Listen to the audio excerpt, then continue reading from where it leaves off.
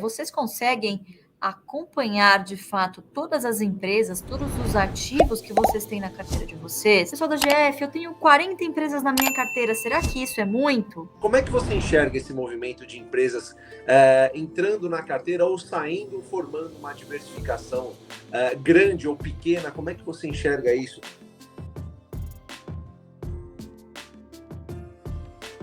Existe uma linha muito tênue, né, pessoal, entre diversificação e pulverização.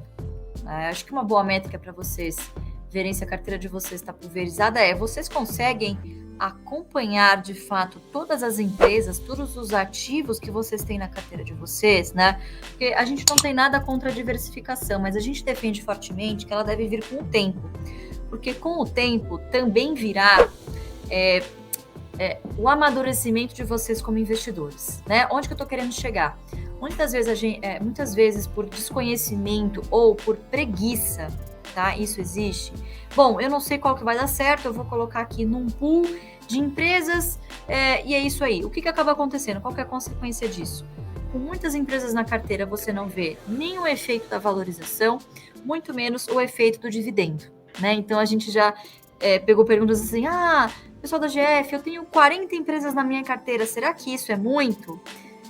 Então, pessoal, eu acho que aquela pitadinha do bom senso é sempre muito bem-vinda, né? Toda vez que você adiciona um ativo, seja ele ações ou ações internacionais, qualquer tipo de ativo no seu portfólio, você está adicionando uma complexidade para o seu investimento, né? Então, essa diversificação, ela deve vir com o tempo, porque também virá o seu amadurecimento como investidor. O que é isso? Você só vai descobrir o seu real perfil do investidor quando você começar a investir. Não tem jeito. Em momentos de otimismo, o seu perfil de investidor tenderá a ser mais arrojado. Em momentos de crise, o seu perfil naturalmente do ser humano, tenderá a ser mais conservador, tá? Então, como mediar isso?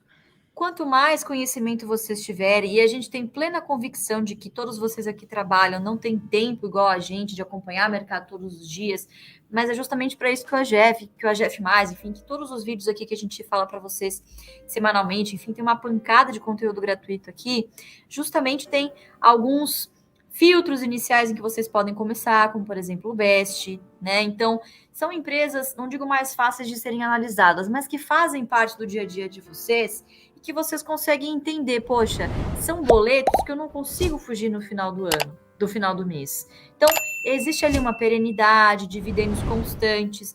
Então, é um trabalho, pessoal, em que vocês vão adquirindo conhecimento e amadurecimento também ao longo do tempo.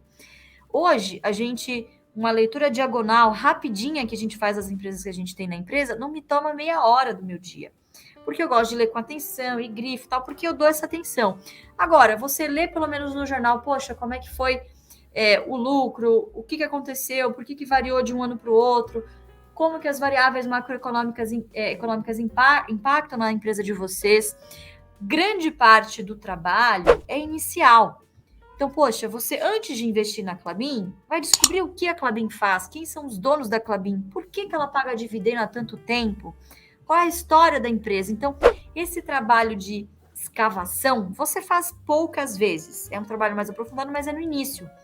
Depois, é um trabalho de acompanhamento, né? Então, não é comprar e simplesmente esquecer. É comprar e guardar, acompanhando trimestralmente, pelo menos, ou você estar antenado nas notícias do dia a dia, né? Então, é um negócio que vai ficando incrustado na vida de vocês como investidor, que cada dia que passa, vocês como investidores não vão se dissociar de vocês pessoas. Eu tenho plena convicção aqui de que de nós quatro, todos hoje, investir faz parte do DNA. É tão natural pra gente quanto escovar os dentes, entendeu? Vira um hábito.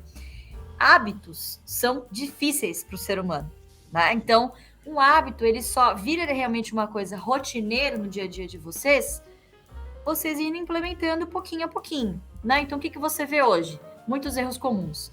Tenho 100 mil reais, tenho 50 mil reais, é tudo que eu tenho, eu vou pôr tudo na bolsa, é isso que eu tenho para pôr na bolsa. Eu vou pegar essa grana, vou dividir em 10 ações e vou ver no que vai dar. Não é muito bem assim que funciona, não é isso que a gente acredita, né? Então, acho que esse realmente, como o Fabiano disse, é um dos erros muito comuns, realmente. Uma métrica que a gente odeia aqui cagar regra, não existe regra para isso, cada um faz do jeito que quer. Eu, particularmente, qual é o meu crivo para saber se eu estou diversificando demais? Porque, assim, eu vou ser bem sincera para vocês, eu começo a ver muito ticker na minha carteira, me dá urticária.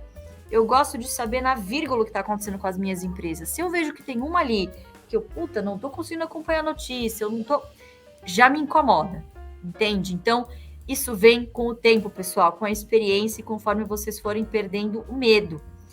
Vai chegar um momento, o Fabião, por exemplo, que é o mais barciano de nós, né, Fabião? São 6 empresas, e é isso. E assim, para uma empresa nova entrar na carteira dele, é assim, tem que estar muito descontado, tipo uma Porto Seguro, né, Fabião?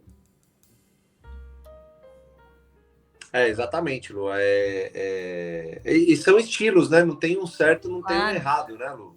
Não existe isso, né? Cada um. A gente conhece pessoas que têm uma ou duas empresas na carteira há muitos anos e vivem muito bem com isso. O que você acha disso, Felipe?